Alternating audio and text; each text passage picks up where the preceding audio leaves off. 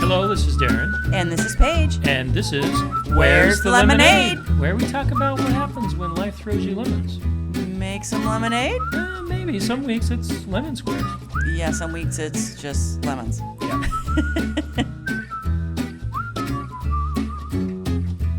On today's episode, we're going to talk about the over-communicative ex. Wow, this should be interesting. Okay, so the reason we wanted to talk about this one was on some of the groups that we're members of on Facebook. They've been talking about a lot about an ex that is, as far as they're concerned, crossing boundaries with their, so say, my ex would be crossing boundaries and you would be getting upset about that, right? Right. Well, and this follows up a couple podcasts ago. We talked about the silent ex-spouse. Right. This is one that just won't be quiet. This is one that, for whatever reason, wants to keep you, their ex, on the hook, right? Emotionally, they just want to keep them. Oh, the stories that we hear are fascinating on the Facebook group. Oh, yeah. It's pretty funny. Like, my husband's ex came into the house and helped herself to lunch. Really? I think that's called trespassing. Well, and the one that I saw just most recently was that, her husband's ex calls and cries because she, broke up with her boyfriend, or she calls because the dishwasher's broken and can you come over and fix it? And she calls because, she's just having a great day and wants to share the news with him. All right, tell the truth. Did you ever call your ex-spouse to come fix something at the house? Yes. Yes, see? I know. My ex called me when she ran out of gas. It was right after we got divorced. And I think that's kind of pretty normal. I think it is too. It's I guess... Because you, especially if you've been married a long time, you're used to helping each other out and asking for help. Yes. And then all of a sudden you're divorced and... Right. And I don't think it was a problem for either of us when I called my ex or when your ex called you, because we weren't remarried. Correct. So I think the problem doesn't start until you are now remarried. And now it's like, hey, hold on there. Right? Well, it still is a problem, though, too. Even if you aren't remarried, you are divorced. The relationship has changed. Right. There isn't that connection there that there was before. So you have to become more independent. You chose, in the divorce, you chose to become independent. Right. So... Yeah, and it's a hard transition in the beginning to be like, oh, wait, I have to do this myself? I have to go fix the dishwasher? Oh, dang. Yeah, those are things those are things that... But then it really gets complicated when you get remarried, and it's not appropriate. It's not appropriate for your spouse to be on the phone with their ex for hours and hours, unless it has to do with the children. That's what they should be talking about. That's what the communication should be about, is the children. So it's funny because we went and looked at articles on, hey, what is appropriate communication, all this. It was fascinating because almost every article out there was from the wife's perspective of their husband over communicating with their ex. Yes, it's definitely more of a female problem for sure. Let's just put that out there. Well, right? Maybe females are more attuned to the communication is inappropriate. Maybe. And us men are like oblivious. Yeah, you're like, what? Yeah, I think that's more likely. So it was interesting reading through some of these things, because it was a combination of you as a spouse who has a husband that's over communicating with their ex. Right. What do you do? And then also, what boundaries should your husband set with their ex? So there were like two aspects to it. Yeah, it was interesting because the article that we got a lot of information from, it was saying your problem really isn't with your husband's ex. Your problem is with your husband. Correct. Your husband. That was interesting. Yeah, your husband needs, because it's like, my husband's ex did this and did that, and she does this, and she calls, and she comes in, and she tries to tell us how to parent. And the therapist was like, yeah, your problem isn't with your husband's ex. It's with your husband not setting up proper boundaries with the ex. So, yeah. Yeah. So let's talk about some of these boundaries, or it wasn't really just boundaries; it was tips on how to curb maybe an ex-spouse that's over communicating or still emotionally tied. Yes, those that wants to stay emotionally connected with your spouse, and you're like, this is my guy now. Yeah.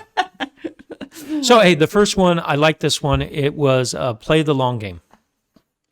Yeah, and at first I was like, what does that mean? But it's saying if you want, because a lot of times you don't want to say anything because you don't want to rock the boat. You don't want to have conflict with your ex. You don't want to. So if they're crossing boundaries, right, into your new relationship, but you're like, I just don't want to say anything because I know this XYZ is going to happen. She's going to have a meltdown. She's going to, right? And so you go, I'll just wait. But what this therapist was saying is, start sooner than later. Yeah, it's going to be tough in the beginning, but start sooner than later with putting, boundaries in place. Absolutely. And I can totally understand this because otherwise, and you can always make an excuse on why not to, set the boundaries. Well, they're having a really rough time right now. Right. They're always going to be having a rough time. Yes, right. There's Right. always going to be something. There's always going to be something. Yeah. So that's the first one. Play the long game. Yep. Make sure that you're looking at this from a long-term perspective with your new relationship. It doesn't mean be completely cut off. No, not at all. No, it's Not at you've all. got to understand the boundaries, which is the next one, which is avoid emotional conversations. Now, this is two-pronged. Yeah. So that's interesting. I'm looking at our notes. Table the issue until there are cool heads. Now that wasn't about the husband and the ex. It was about you and your spouse. So if coming to your spouse and saying, hey, I am not appreciating how you're communicating with your ex. Yeah, this was really interesting because they mentioned you have to realize that your spouse just had an emotional conversation with their ex. They're charged up. They don't feel good about it. They know it's not appropriate to have that conversation. They also know that you're going to be upset about this. Yeah, so think of your poor spouse. They're like, what do? I got to keep my ex happy and my spouse and my current spouse happy, Right. And no one's going to be happy in this situation. Yep. And I'm in the doghouse. Yeah. That's how it comes it's across. it's kind of a bummer. That's really. So think about your spouse's situation, right? Think about what they just went through. Table it. Even if you're like, I cannot believe he let that happen again, right? Or she let that happen again. Table it. Don't do it right then. It's like a keg of dynamite waiting to blow. Like, don't do it right Yeah, then. let the emotions boil down a Yep. lot, right? Right. Let them calm down Yep. and things. Now, the other part of this is avoid emotional conversations. If you're the spouse with an ex and you need to do your best to keep the emotions out of it. And this could be very difficult when there's kids involved, but you have to treat the co-parenting as not an emotional relationship, as a business relationship. Absolutely. We have read this over and over and over and over again. And That's really tough. it is tough, but it is necessary to, keep it business. I think the words she used were polite, to the point, but still empathetic, which I thought was interesting. Yeah, that is interesting. Yeah. So don't just be, but to the point, polite, no emotions, but still don't come off as like Cold. Cold. Good. Yeah. Say all the words I could think of were ones I shouldn't say. Yeah, So. exactly. So cold. And this could be really difficult at first because there are so many emotions. So your first reaction is to just be stoic and just say, not engaging. Right. And sometimes that may happen. You'll go through waves on this. So Yeah. it can be actually very difficult.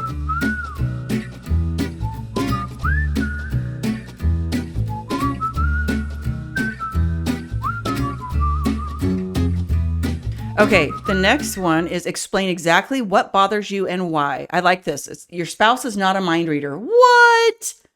Especially as men. What? We don't mind me. In fact, this is one thing I love about Paige. I don't have to guess what she needs for Mother's Day or for her birthday or for any day.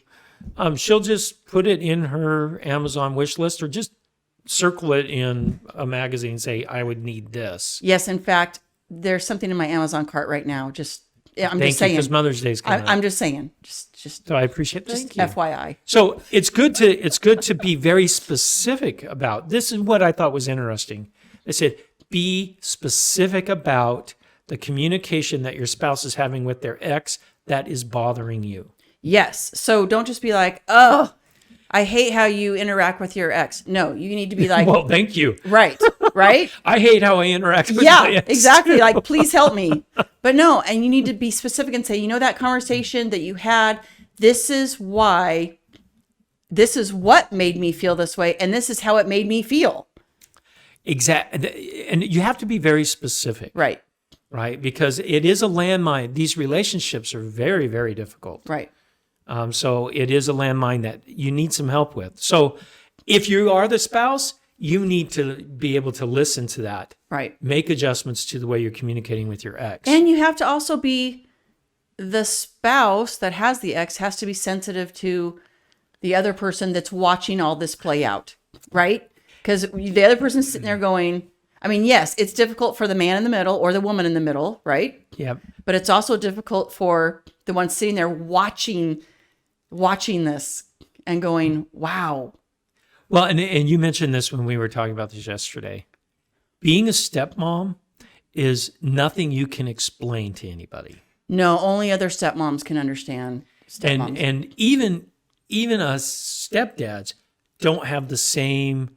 We can't have the same empathy as a stepmom. It's totally different. It is totally different. So we will, as a spouse of a stepmom, right? We have to do our best to empathize and to understand that it is different. So when I'm communicating with my ex, we have to understand that there's an emotional tug on you when I do that. Yeah. Yeah, for sure. And it's hard. So basically, don't just blow it off. Don't just be like, it's so dumb that you feel that way. Or, you know what I mean? Don't blow it off. Just say, that must be really tough, or, whatever they... Well, get in the trenches and say, okay, I think I understand how you're feeling about this. What can I do to communicate differently? Give me some tips. Right. Yeah. You're good at that. You're really good at that. You always ask for that. And if you're the spouse with the ex that you're communicating a lot with, if you put your guard up, not good. Yeah. Not good. Come on, be a man, take some advice, get some learnings from your current spouse. That's the best way to do it. Absolutely. Okay, what's the next one? Communicate to understand. Ugh. Is that like listening? Active so listening? what I hear you saying? No. This is it. You need to be more assertive on this, babe. Whatever. You need to try. What they're saying here is, you need to try and understand why your spouse is reacting the way they are to their ex. Okay, so now I actually... Do you remember we talked about this? Yeah. Right. So there are triggers that you have in your former marriage. Yes. Your ex knows those triggers. You know what triggers your ex as well. So, those triggers come up, and there is some deep-seated history there, especially if you've been married for some time. Right. That your current spouse may not understand, may not get, may not appreciate. Right. And you've got to come to some kind of agreement. So you can't just be upset when your spouse reacts a certain way to their ex. You've got to dig in a little bit. Because there is a reason. There is, years and years and years of emotions going along with that. Right. And don't assume. Right. Oh, I think that we all do that. I think we all assume. Of course we do. Yeah. But dig in and find the real reason. Once you find out the real reason, you'll go, oh. Right. Okay. So, I understand better now.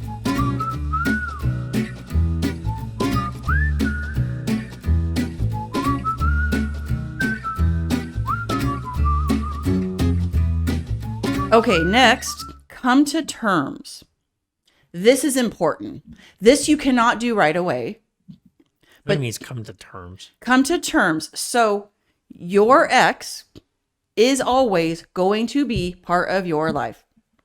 Your spouse's ex. Your spouse's, yes, your ex and your spouse's ex. End of story.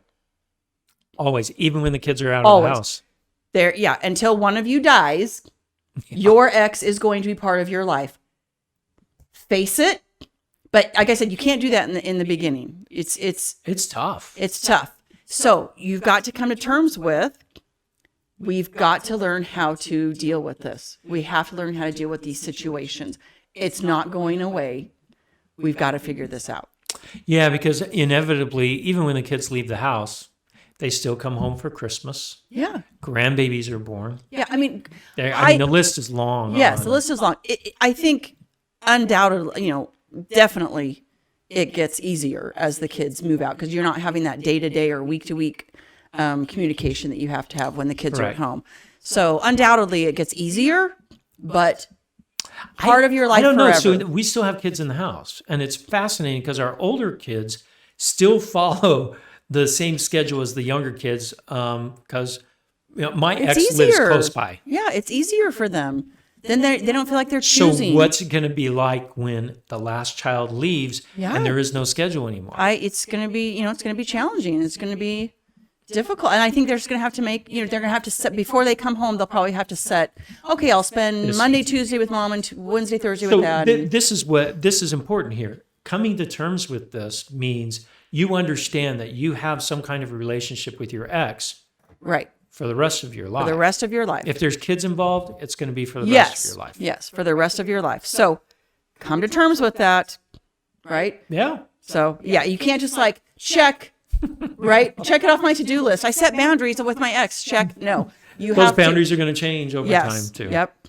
All right, cool. What's the next one? Understand that there may be guilt and loyalty issues. What in the world? So I think that means, that one was interesting. Are you still falling under some guilty spell? Was the actions of your ex, they always made you, when you were married, did they make you feel guilty? Are you still under that spell? Are they interesting? Still, so is there still that connection there? Or you're still feeling loyal to them? I was like that way with my ex. If someone said anything bad about my ex, I was the first one to be like, well, and nope. even after we'd been married for some time, you had some loyalty to your ex still because you would try and save him. If he was in a tight spot, you would say, all right, I'm going to help him out of this tight spot. That was my go-to, right? I've got to, jump in and no, you're not allowed to say anything negative about my ex. I'm a loyal person that way. So, yeah. I guess we have to understand that that's going to be there. But there's boundaries. So not so much that it can interfere with your new relationship. Correct. Right. So if it's interfering with your new relationship, you've got to adjust those boundaries. Right. Yeah, exactly. So yeah. So that's what that means. Okay. Give some empathy. Now this one goes all the way around. We talked a little bit about this earlier. To get in the trenches. Get in the trenches with your spouse. Both the spouse that has an ex that's over communicative and also your spouse that is feeling all of this. Yes, that's in the middle. It's in this tug of war. You've got to be in the trenches, put yourself in their position, and even I would say put yourself in the ex's, your spouse's ex position. Too, yeah. I think you know what? How would I feel if I was on that side watching this happen? So I think that's the best way to handle some situations is put yourself in everybody's position and how would you be responding, and maybe that will help you give a little that one's really tough. Empathy. It's tough. And that's not something you can do right away, but I feel like after some time you can get there. You can get there. Yep. All right, next one, identify the issues. Now, this is where we start getting to brass tacks. Right. This is where you start setting boundaries. Right. Right? If the issue is that your spouse your spouse's ex calls every night at 9:00 at night and wants to talk for 2 hours. Nope. That's an issue. That is an issue, and for you guys out there that your ex is doing that to you, that is an issue. Let's just play it out that way. Yes. And even if they're calling once a week and want to talk to you about whatever. If your current spouse is not happy with it, you need to change those boundaries and say, you know what? I know we can still talk. I know we're still friends or whatever. I know I'm still your go-to, but this is affecting my new relationship, and we need to keep communication. Or it can't be your go-to anymore. Yeah, we need to keep communication to children, right?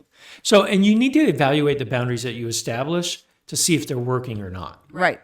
And it says to be very clear.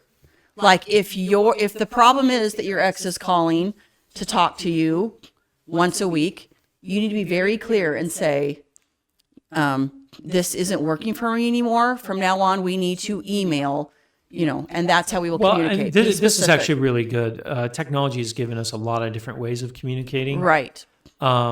Email tends to be the most effective. Yeah. For communicating with co-parenting issues, except when you really have to talk. And sometimes there are times that you really got to talk about what's going on with Johnny at this point in time. Right. Right? Yeah. But then one tip that we learned, after you have that conversation, follow it up with an email. Yes, right. So you can be like, hey, so just to go over what we talked about today. Just does this accurately portray what we talked about? Because when you're on the phone, you do forget things. You do, and then it's a he said, she said later. So if you just immediately go, hey, I just want to make sure that we're both on the same page with this, and that's a good way to do it. Now, also be careful too. You can set boundaries that are highly inappropriate boundaries. I guess. Well, I've seen these on some of the things like your new spouse is not allowed, or your ex-spouse is not allowed to come to the baseball game. Or your new spouse is not allowed to come to the baseball game because your ex is going to be there. Not appropriate. It's okay. time for adults to grow up. Yes. Right? You don't have to sit next to each other. No, of course not. No, but you can't. So, and that goes into always consider what's best for the kids. Yes. Those are insecurities that we have as adults. That's what those are. And we need to put those aside to do what's best for the kids. The best thing that your kids can see is to see your ex and your current spouse and you attend things. You don't have to sit together, but attend things is very important. And be polite and nice. And you don't have to be all chummy, but you can be polite. Absolutely. Right? All right, the next one we already talked about, which is be proactive, right? Yes. Oh, and we talked about this, right? Business communication, facts only, keep emotion out of it, but don't be cold. I can be cold. You can be cold, and not on purpose. No, I'm just because a cold person. you are. You're very warm, actually. Because you are just a state the facts kind of guy. Here are the facts. I am, and in my job that I have, I do a lot of work with government. They don't want emotion in their emails. Right. Yeah. Here are the facts. Here are the facts. Boom, boom, boom. Right. And so yes, sometimes you have to temper that with a little bit of empathy. Yeah. Yeah, but it's not. Yeah, and you help me with that. I actually say, hey, does this look okay? Are we? Is this coming across too cold? Right. Yeah. Yeah, you're good about that. All right, and then the last one. This is probably the most important. There will be backlash. Anticipate backlash because now all of a sudden you're establishing boundaries. Your ex may not be used to that. Even your spouse may not be used to those boundaries. There is going to be backlash. Yeah. So if your ex-spouse is used to calling you, emailing whenever, showing up at your house, come on over, whatever it is, and all of a sudden you say, you know what? Here are some new boundaries that I'm setting up. They're probably going to lose their mind in the beginning. It's going to be difficult, but don't back down. I mean, the reason you established the boundaries was because it is coming between your relationship with your spouse. Right. So stay calm. Don't back off. Right? Don't back off. Remember, long game. So you're going to have to establish it sometime. Do it now and stay calm. Facts, little bit of empathy, not a whole lot of emotion. You'll get there. There you go.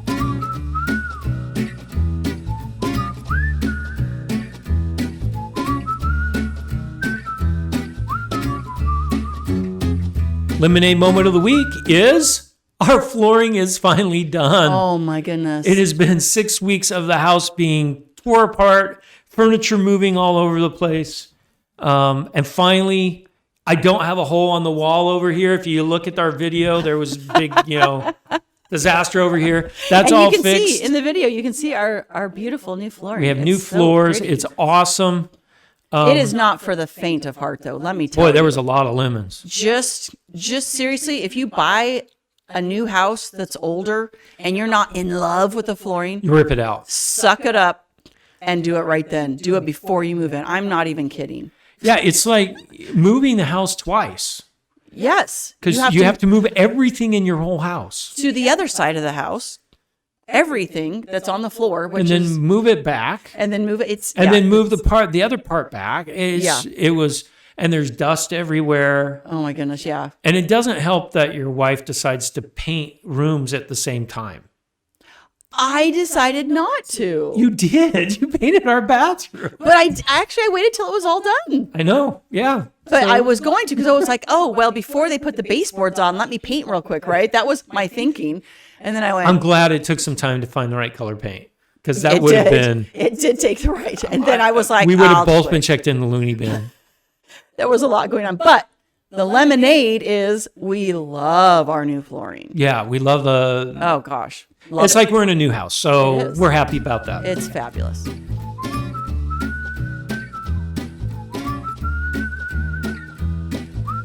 If you like today's episode Give us 5 stars on iTunes, Spotify, Google, and head to Facebook and like us, and check out our blog at where'sthelemonade.org. where you can leave questions and comments. But most of all, Go out and make some lemonade. you betcha, baby.